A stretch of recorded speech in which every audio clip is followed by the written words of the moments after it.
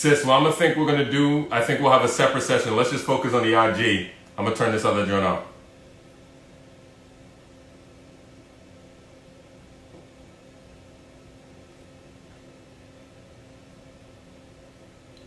What's up, y'all? If you see me, clap your hands in the comments real quick. Okay.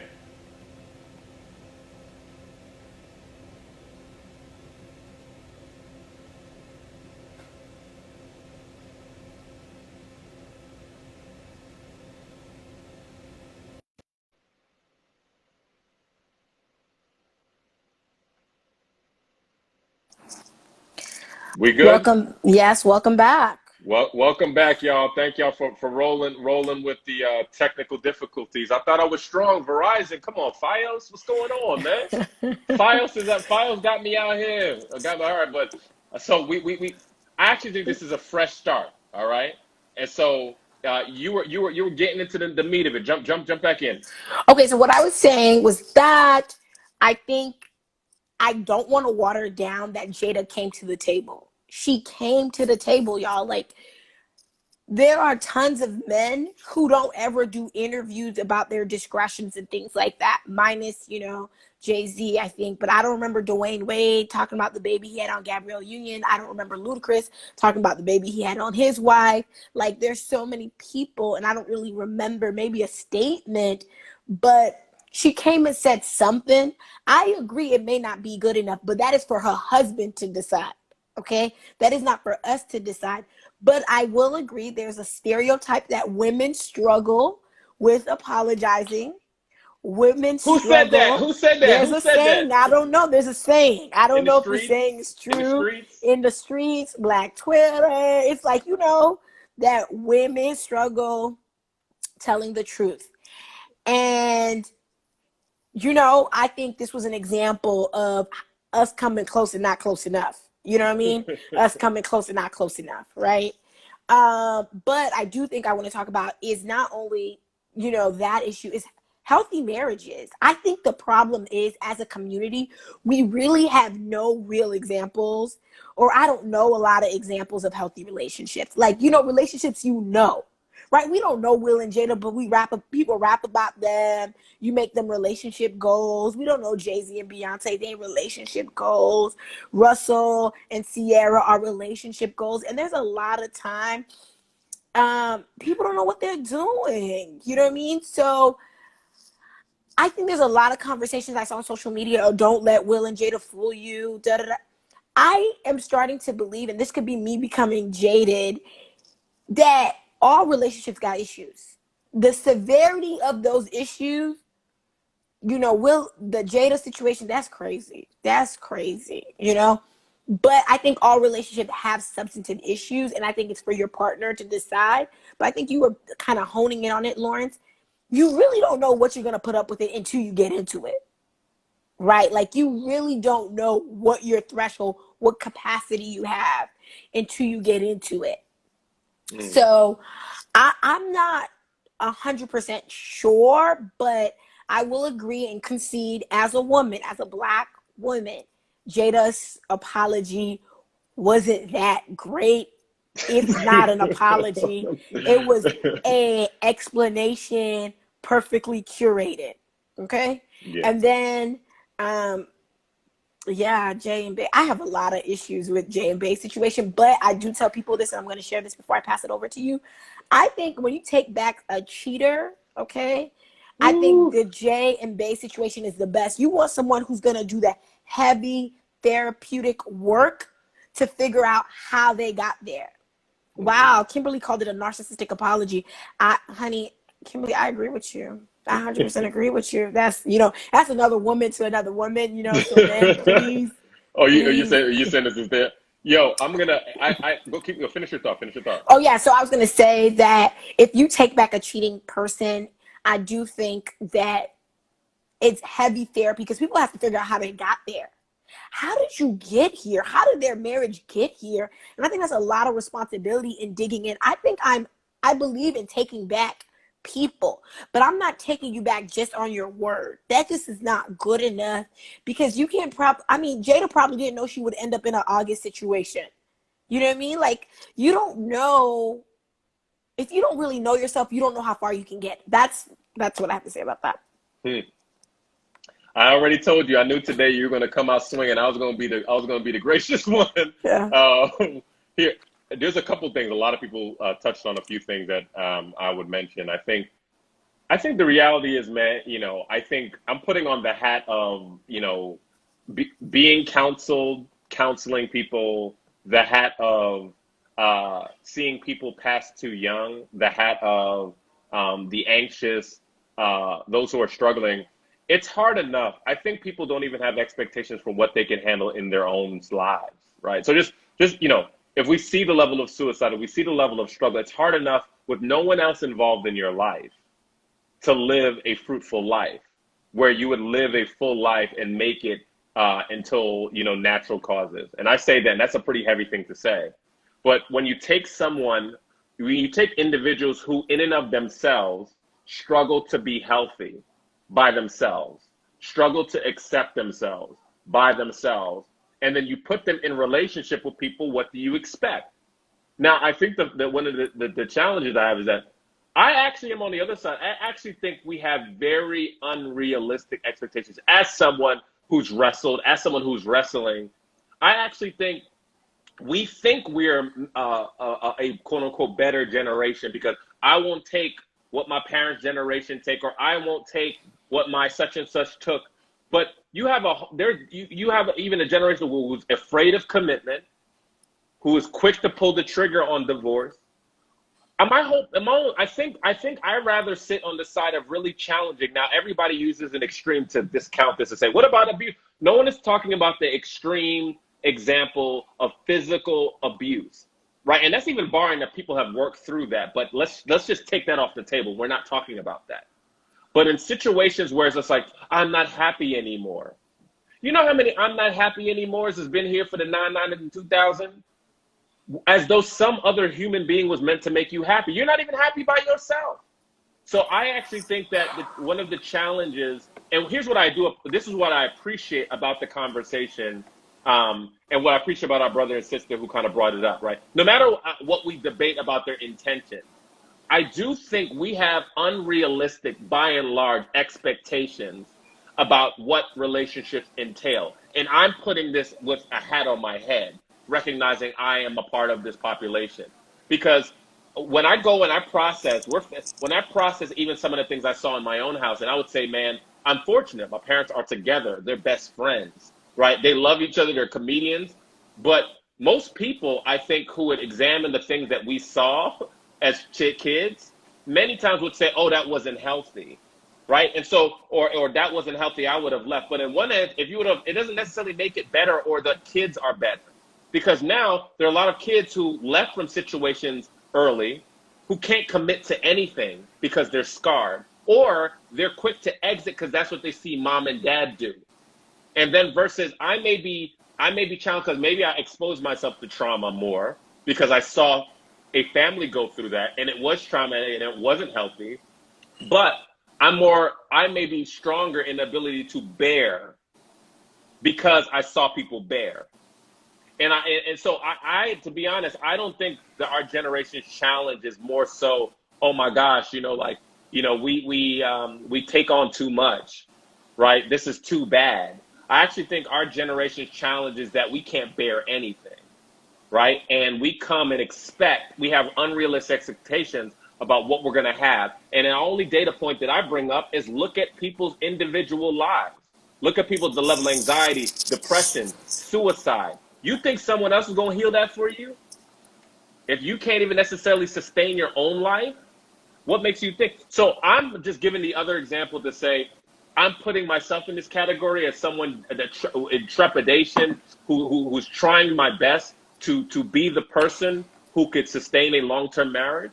But to be honest, I don't think that our work is really about making sure that people don't take the nonsense that we saw. To be honest, that's one of the things I did celebrate about it, is that it does show how ugly it could be, and you actually have people committing. I'm not necessarily saying bad marriage for life, But I am saying that's what I appreciated about what I saw. Okay, so this is what I completely agree with you. I used to always say it's like our Disney generation, right? That someone's gonna rescue you from your problems and kiss you, and you're gonna wake up from this life that you have that you see as a nightmare, or you're gonna be a Cosby Show or The Family Matters, and we're not really talking about conflict. I think what I do like is transparency. That you have to be transparent about the good, because there's a lot of good. You know, I always tell people about my relationship, the smiles are real. We don't fake the smiles. Unfortunately, when we're fighting, that's not photographed, right? When we're having arguments, that's not photographed. That's not recorded. You may not be present. So I love the fact that we get to see a good Will and Jada, and we got to see this really low point of Will and Jada. But it is up to you to decide if we're going to disband Will and Jada. You know what I mean? And it was very interesting because when I was watching this interview, the T.I. and Tiny interview was also being highlighted.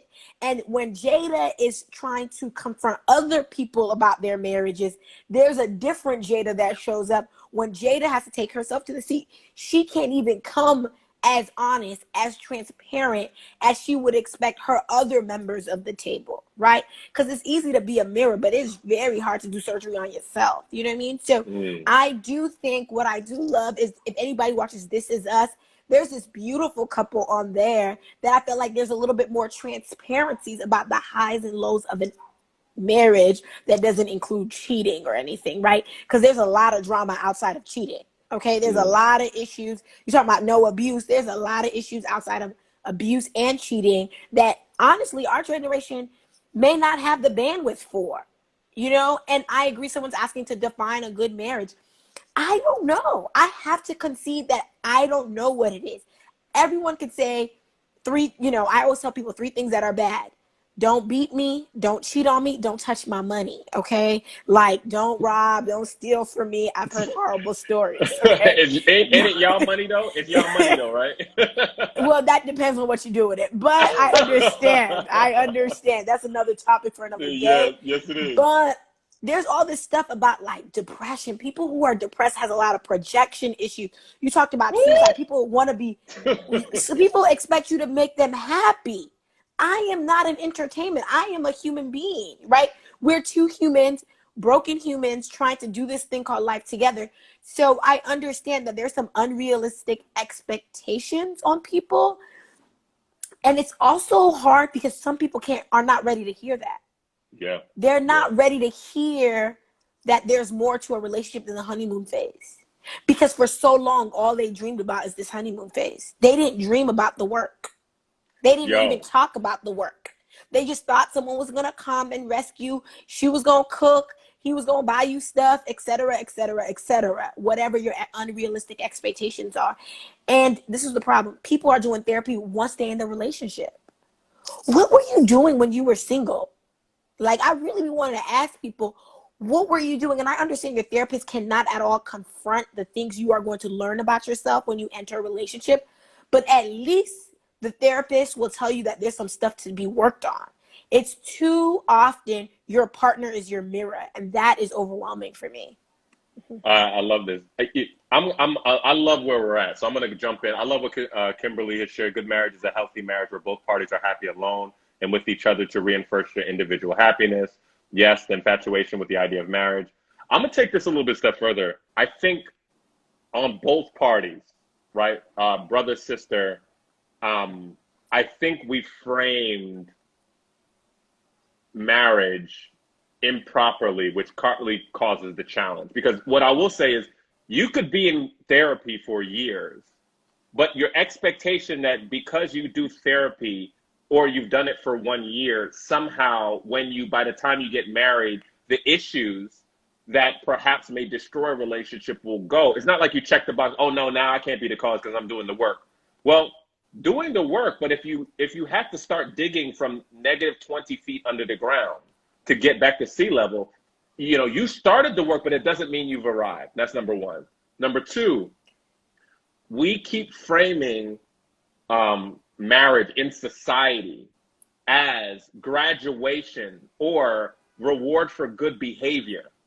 This is what makes it hard for people maybe who struggle with narcissism, or hard with people who are proud, because they go and say, oh, you fly, you bad, you this, oh, bad, I deserve love. Yeah, we all deserve love, but not necessarily in the form of marriage. Not everybody's called to marriage, right?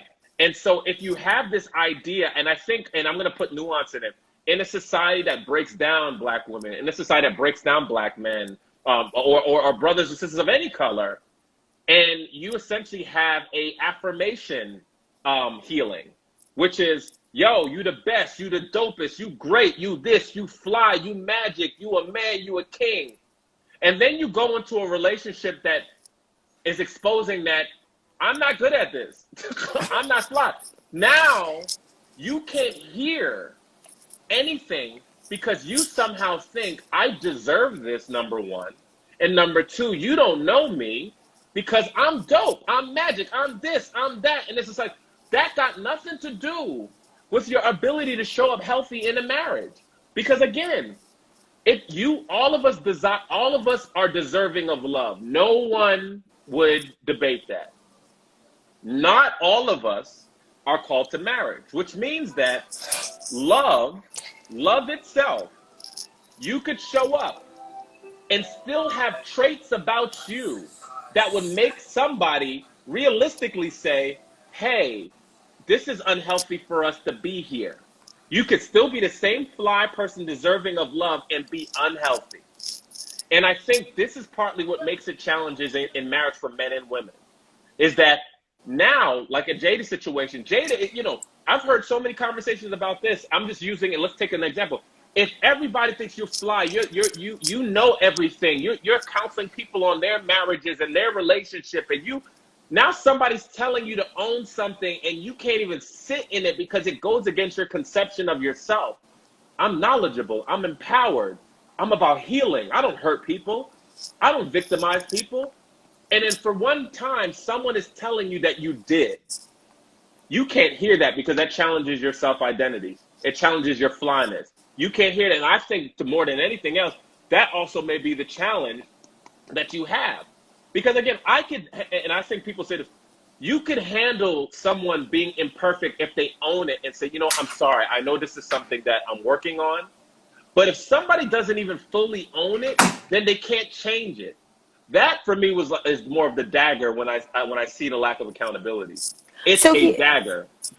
So the thing is, I want to mention is that what you're trying to highlight, and I have been saying this, is that a relationship, whether that is marriage, friendship, is a mirror, okay? So if anybody has a mirror in their house, you can only see one view in the mirror.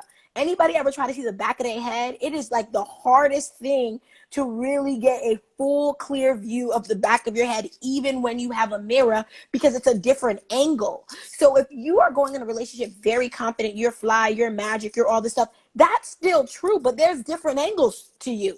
Every angle of your life may not be fly, may not be magic, may not be a winning side. You know, some people are good in science, some people are good in math, some people are good in both.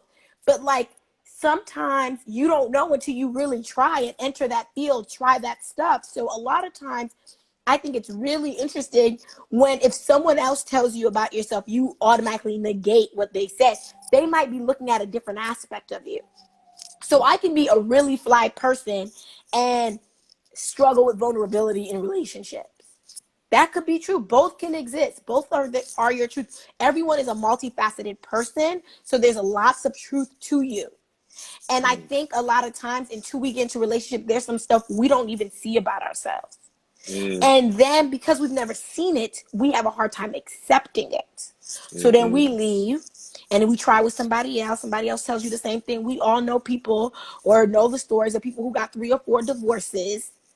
And they're like millionaires and billionaires and have accomplished so many things. You can be a very successful professional in really nasty and intimate relationships. Like that can be true. All of this can exist in one human being.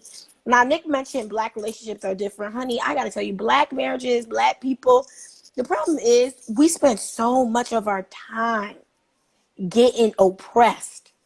We literally feel like a relationship should be the land of milk and honey. We cannot take any accountability. We literally have no capacity to take accountability from our partners. because we just want this to be peace. We want it to be honeymoon. We want it to be a vacation with no end. And that's why I think it's important for transparency, that a healthy relationship does not mean a perfect relationship. A healthy relationship has some arguments, and I'm not saying abuse or cheating, but I'm saying you need to be ready for something that's not just honeymoon. Someone who has experienced the same traumas you've experienced, maybe in a different place, in a different package, but they too have issues, and what it means to love someone as is. Now, I think that's something we want people to accept us for who we are, but we cannot accept others for who they are. Yeah, I'm going to take this. I'm going to take this in a direction that kind of builds on what Nick says, and it kind of bridges your piece a bit. I want to take the angle of our brother, let's say our brother August. And this is why I think many, I'm speaking from a brother's perspective, which is why I think conversations around toxic masculinity, I think sometimes run empty. Because there are too many conversations that I've seen, from really reputable people, and saying, when people talked about, his vulnerability, his mental state, and you touched on this when you kicked off. And the fact is he was taken advantage of. And I heard so many conversations like, that's a grown man. Nobody could take advantage of you. That's a grown man. Nah, he could be responsible for that. They had an understanding. You know how many conversations since college on, you've heard of the guys that you tell your brothers to check that say, well, I told her this is what it is. I told her that it wasn't going to be more than this. I told her that this was not going to go to a relationship. Yet that guy, even though he's quote unquote clear, we see that guy as being irresponsible and manipulative because you understood that this woman was vulnerable. Now think about that. If a guy in that vulnerable of a state, if we see this as men, cannot even be seen as a victim, then essentially the kind of takeaway is just like, our feelings don't matter. And I think this shows up when it comes to marriage. Because I think a lot of times maybe there's also an element of it. I think this dynamic of Jada of like no accountability, it's almost like she can't see herself as being somebody that causes problems. And so because of that, it's hard for me to see the situation like an August situation and see people say, hey man, buckle up. That's fine. It's Jada. Come on. Great. And then because I'm just saying that creates implication in terms of this conditioning that I know brothers have when it comes to this, which says it doesn't matter. Your feelings don't matter. It doesn't matter. So the thing is, I have to just Kimberly was on here and Kimberly called Jada's apology narcissistic. I understand Nick doesn't think it should be considered an apology at all. Nope. I led in by saying that wasn't good, and that she was literally kicking the can and really avoid being 100% transparent. In my girl chats, we talked about our concern for August. So I think another thing when we talk about,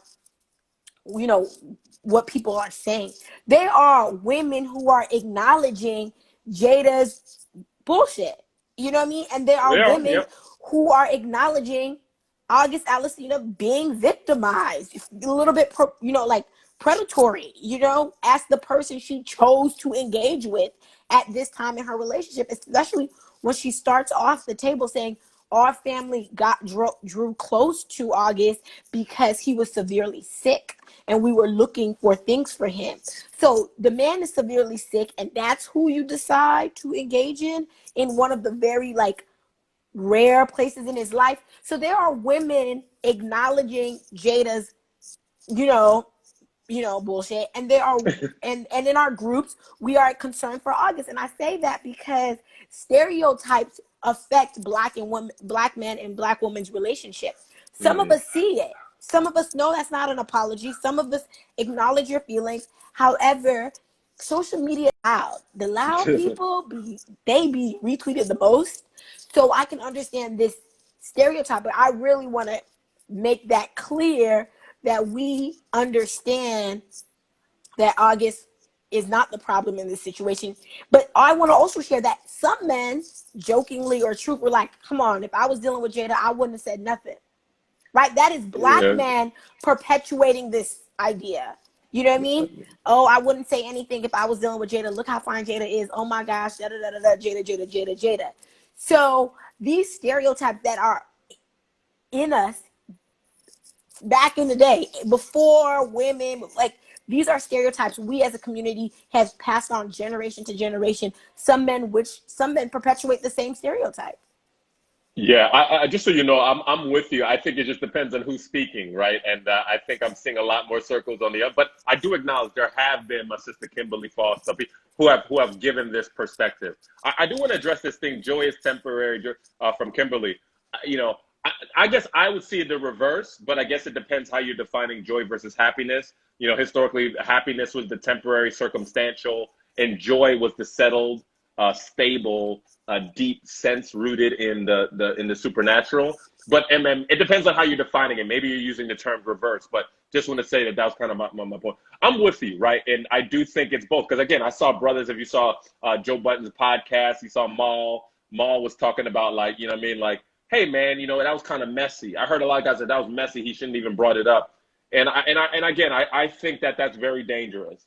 And so I do think you acknowledging that, I think that's another reprieve, right? Because there's so many people who are projecting, like, you don't know what Will was doing. Like, you don't know, like, stuff you can't even actually validate, you know? Nobody knows. But I think, again, we're going like beyond because like I said, I affirm, I pray for that family. I do that. But what could we learn? What are some takeaways is where I'm sitting at. And I think I do think the accountability piece, I think it's huge. I think more people are seeing that now and how important that is for healing. When you see somebody who's contrite, who, like, they're hurt because of getting a small sense of how much it hurt you, then that's where healing and that's where trust can be reestablished, and healing in the relationship can happen. So I appreciate that. But I also, I don't know, I find myself, I think too often in this society, in this time, we are still a bit too selfish. What I mean by that is, I keep thinking about Willow and Jaden, right? No one loves them more than their parents. So let's just be clear, right? Let's just be clear. But I always think about, even as we work through things, the impact it has on children, and, you know, what that means. I can't even imagine. I think even from the predatory standpoint, somebody who's your contemporary having a relationship with your mother. You know what I'm saying? Yeah, because aren't they close in age? Yeah, so mentally, how does that reshape how you see your mother? How does that reshape what's normal? You know, and I think about that in terms of just the impact of our decisions, our behavior, our actions on children. But I am hopeful, though. I just want to end this part of my comment on, I want to go back to what you said. I do think there's another side of it, which is really positive, what you're saying, seeing women speak out like this gives some sense of peace. And, you know, like, I'm like, okay, like, you know, this is possible. People actually see it. We can actually be on the receiving end of this. And so I do think that brings healing and accelerates that. So I want to jump to that. Okay, so what I want to say is that the problem is, especially since the whole chat is talking about peace, happiness, and peace, joy. Joy. Yeah, I think joy is a little more settled, but yeah. Number one, peace, happiness, and joy is all your responsibility, which is the biggest issue when we expect other people to give us peace, happiness, and joy. But also is sometimes I'll be like, oh, don't take my peace, but I shouldn't give it away, right? So, like, when things get really arguments, people get triggered, people are projecting, you know, it's sometimes okay to just walk away, right? And be like, I need a timeout right now. That doesn't mean you're leaving your partner, but it's not always the right time to solve issues, right? We can, like, take a breath. I'm not the person to be like, oh, we got to solve it tonight. No, we can wait till tomorrow morning. I do want to say, go ahead. And I also want to, when we talk about Will and Jada's children, let's be honest. When people with trauma get into a relationship, and we all do, we also pass down that trauma in some way, even if you try to be perfect, right? Even the perfect parents their trauma can somehow manifest itself. So I also hope that Will and Jada, in trying to heal their marriage, do not feel guilty about, well, now we messed up our parenting. You know what I mean? Because there is no perfect parent. And Willow and Jaden need to be taken care of, but to expect that their parents were perfect was an unrealistic expectation any child should have at a parent, especially in an adult age right now, right? When you have to acknowledge that your partner is not perfect, but we all need to start off with acknowledging our parents are not perfect, right? And not put that, I hope Will and Jada don't feel like they're less of parents because of what happened in their marriage. You know what I mean? Because that's just too much responsibility put on one human being. And that is important that we think about that as well. I do want to say, though, I agree. Just know that I agree the point. I do think we may jump too far in the extreme of expectation of perfection. I don't think that's what everyone is saying, though. I think children in general, there's a big transition we have when we realize that our parents aren't superhumans and they lie and make decisions, that they're human, right? Like they're human too. So I do acknowledge that. But I do think there is this element, even when you talk about, people not being responsible. I do think there's a lot more that plays out, even when, let's say, example, you take that time away, or you're saying, you know what, this is not healthy, pulling away, and it does have impact. And there are real things that happen as a result of making decisions and choices, even to protect and even to kind of honor yourself. I do think that's kind of the nuance of relationship, that it's just not that clean, right? Even when you make those decisions, there are still things that impact you. But I also think as well, when it comes to this parenting thing, I do think we have to hold things in paradox, though. I think sometimes we go whoop, whoop, whoop, meaning there is such thing as responsible parenting that we're all trying to figure out. We all are, right? We're all trying to do our best. And so we can hold on one hand that no one is perfect, because people are never perfect. Relationships will never be perfect. But I also think there's something to be said around, we do have to hold a standard, which is why I think where we started this conversation, I think this was more a stamp about there being a standard. I think we live in such a high relativity. There's no absolutes. There's no beliefs. There's no truth. I understand that's the wave. For me, this just underscored that, no, there has to be something, because I do think we see people that I don't think on our own we're getting it right. I do want to address this one point. We talked about resentment and forgiveness. Yes, I saw that. And Kirby talking about resentment. That's huge. That's really huge. And I think the best thing we could do is, you got to also be able, I think the transparency is needed for that, because on one hand, it's easy to say, I expect forgiveness, if you assume that you're not re-wounding the person in real time, right? So it's like America thinking about Black people, say, oh my God, slavery was before, get over it, right? But you're like, the institutional stuff I'm dealing with right now. So we already got dealt with historically. So we feel a certain way about that. We've been disenfranchised. But in real time, it's not like things have, the train of this discrimination and racism has stopped. We're adding to the balance today. There's interest. I think similarly in relationship, we keep thinking that, oh, that was in the past. The thing that makes it difficult, I'm not saying it doesn't call for the same forgiveness, but if that's still present, it's very hard for someone who has been wounded in the past to then deal with you on that level of peace, if you still have not dealt with, or at least are lessening the exposure now. So I agree with you. It's okay. So one, in regards to forgiveness, that is something we don't talk about enough, is forgiveness. Everybody knows Jesus forgive people, but we're not talking enough how people forgive people in real time. I also think it's interesting when we talk about this parenting thing, because Will and Jada children are grown, right? Like air grown, you know what I mean? Nick, I agree with you.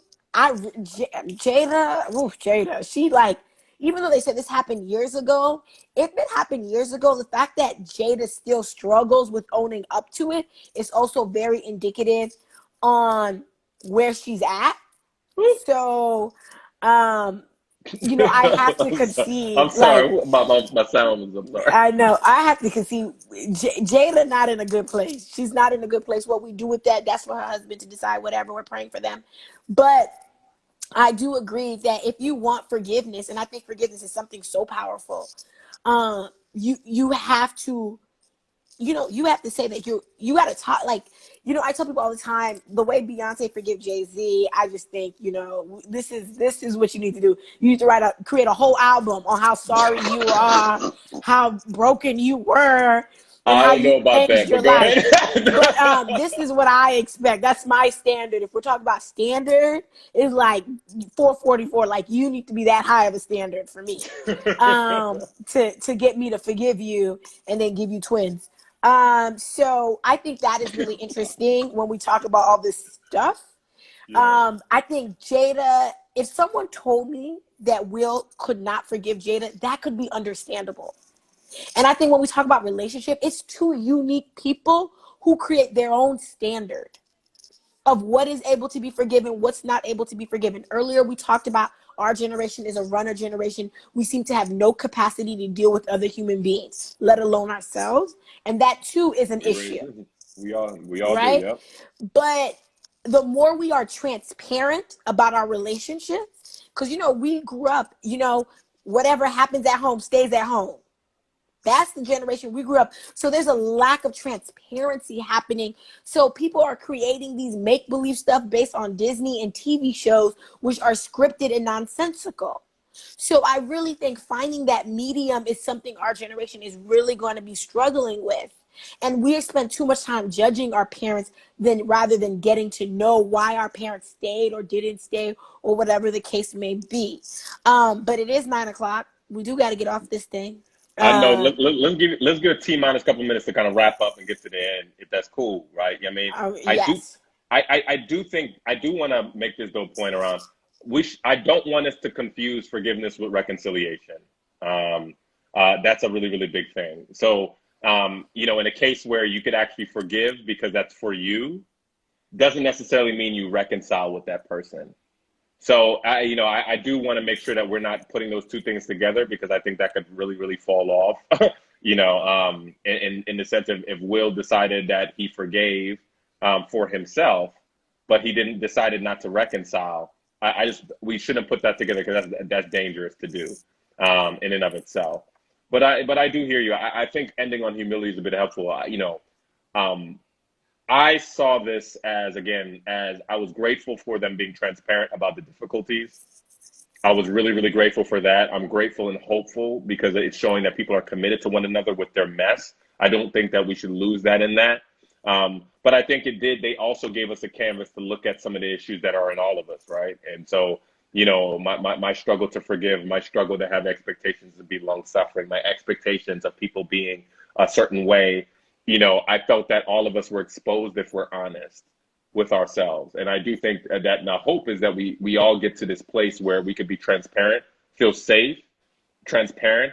But I do think, though, there has to be a takeaway around, you can't have healing if you don't have accountability. I think that's for me at the end of the day. You can't expect somebody to forgive that there's not full owners. You can't expect somebody to reconcile, not forgive.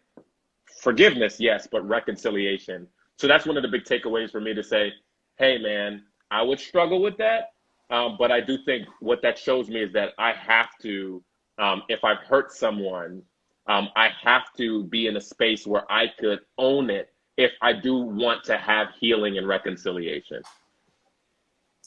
I agree with you. I think what we saw in Will and Jada is really widening our definitions of what relationships are, what marriages are, what happens in them. And if this is what someone wants, is a marriage, I think it calls you to question what your capacity is, Mm. and just acknowledge that no one is perfect. I'm not saying such transgressions need to be accepted by you, but I think that there's this, when we saw Jada, we saw a person who wasn't perfect. And if you had put perfection on her, if you had projected that on her, you saw her in her age still practicing. And I think someone was talking about therapies forever, but growth is forever. 55, 60, 70, they are still stuff we have to come to terms with about ourselves, you know? And when I saw Will, poofy-eyed, red-eyed, hold his partner's hand, even though you could tell that he was trying to get her not to call it entanglement, but to call it what it was, he still held her hand, even when it was clear he wasn't too satisfied with her description. And I think that was powerful, that in your imperfection, someone can still hold your hand and be like, I love you. I think that's a great note. I don't want to add on to that. What I will say is, y'all, we're grateful to be able to catch up this Tuesday. I know we started a little bit later, but moving, I think one of the things that we're trying to do is I think we want to have a dual home on YouTube, because I think it's just better quality in terms of interactions and whatnot. And so I think, moving forward, I think we're going to kind of put a link out where you can kind of do it as we do this as a live stream. We tried to do it with a fail. Maybe that was why my Wi-Fi failed. But again, I'm just so grateful. We always give the purpose. I'm grateful for you, Dalourny, for being my sister, for us being able to talk about these things and talk about so many other topics. And for us, we didn't think of this like a production. This was 4 years of us talking on a brunch table about Lawrence and Issa in Insecure. So, y'all, we're just grateful for this. And so we will put a link, I think, between both of us in terms of YouTube. And then also just share as well other topics or things that are going on. Feel free to message us about topics that we should potentially talk about already. But again, we're grateful for the conversation and things that did I miss anything, sis? You ended well, but I wanted to make sure we said that. No. There's so many topics. I see you, Nick. I see you, Kimberly. I do not want to derail us getting off this live. I do think there's so much to really unpack. That's how I started this live, you guys. There's so many things to unpack about these people, and we'll get to it. We will unfortunately get to the bigger topic, which is like Black women and Black men and Black people want to love each other, but we really need some guidance because we is a mess. Some days. Okay, bye, you guys. Bye. We love y'all. Peace. Bye.